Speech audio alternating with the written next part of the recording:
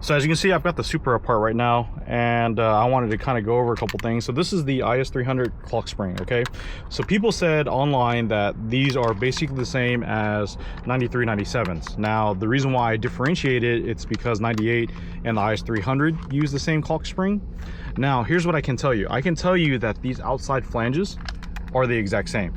But if you look here, you can see that this connector right here is not the same as the connector here. So this connector is completely different, and the pictures actually are kind of deceiving because it looks like it's the same shape, it's just a lot larger. Now, the interesting thing is that this the one that goes towards the steering wheel itself is actually the correct one. So you can plug that in right there, and then that works out.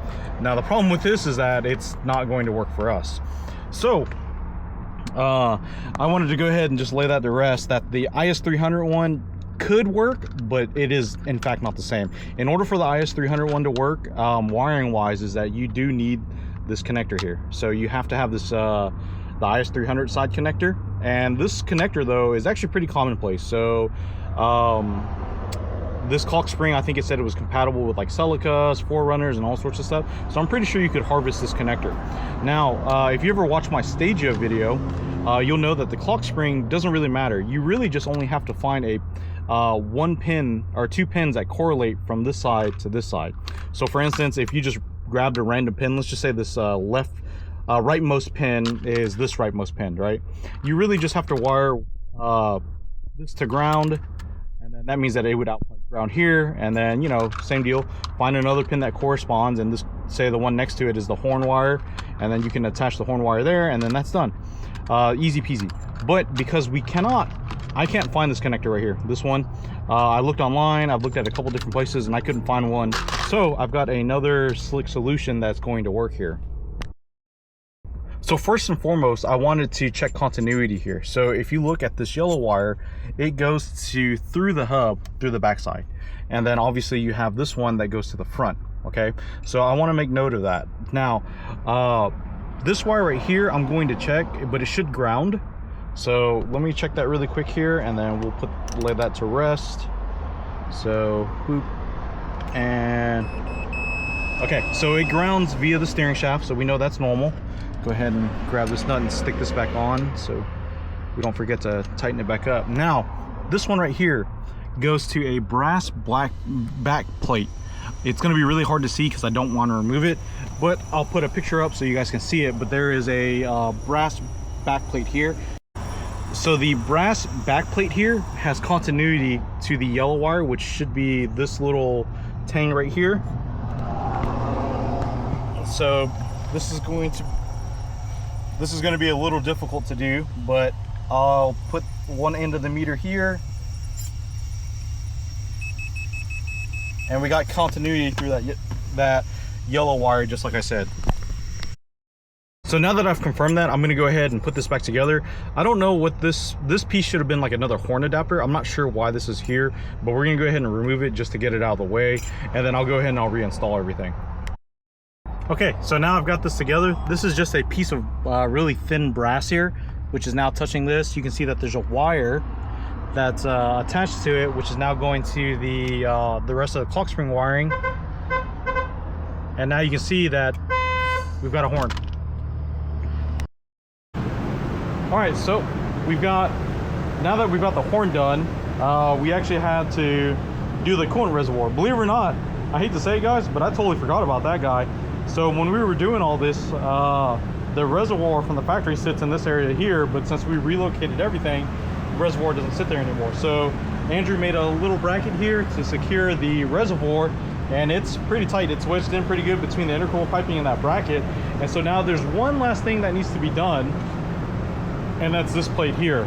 So as you guys know, the ECU sits underneath the passenger seat, and there is a lot of wire under there. So WHP/ECU Masters USA makes this little bracket. So this bracket is actually really slick. It's actually made for the EMU Pro, and you can see that it's got mounting hardware for the ECU and a couple other things here. But unfortunately, we're not using this for that application. This we're using just to sandwich the wiring harness in. So you can see that it's pretty open. We're just going to slide this around and tuck the wiring harness in between this. That way whoever sits in the passenger side doesn't inadvertently step on the wiring. So this plate is actually really well made.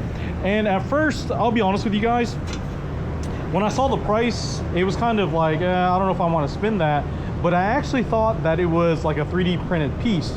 But when I found out through support that it's actually metal, then it's definitely worth the price. I mean, it is a really nice piece. And the plastic piece that covers the ECU from the factory on these cars, man, they're missing, or they don't fit your standalone, or whatever the case may be. And this is a very sweet alternative, and it is really well made for such a simple piece. So we got another problem with the Supra as usual, so no surprise there. It's almost par for the course now. And the problem that we're having is actually this oil drain line here, and it's a very difficult shot to get. So I'm gonna try my best here to get this in here for you guys. But the drain line is actually running between the runners, and you can see where it's starting to melt. Now, the fun part about this is like how they did the drain. So the way they did the drain, if you look, is like a 90 directly off the turbo to another 90, then going down. And so the thing about drains is that turbo drains are gravity fed only. There's no pressure behind them. So that means that this turbo that has a fitting on the 90 is draining into a 90, and it's basically backing up until it drains down. Now the saving grace of this is that it is using a 10AN drain. So like, and because it's a Garrett style turbo, it has a restrictor in it, an oil feed restrictor. So it's got a lot less oil going through the turbo, and that's probably the only reason why it's not smoking. Now, unfortunately, because it is running between the runners, it needs to be fixed. And the way we're gonna fix that, hopefully, is by using this metal hardline drain line. So this thing is completely all metal here. So, and you can actually bend it, and it bends pretty well. So instead of having fitting after fitting, we'll just have this one line hopefully, and then it'll make it all the way down to the drain. The downside is that the turbo has to come off for us to do said drain.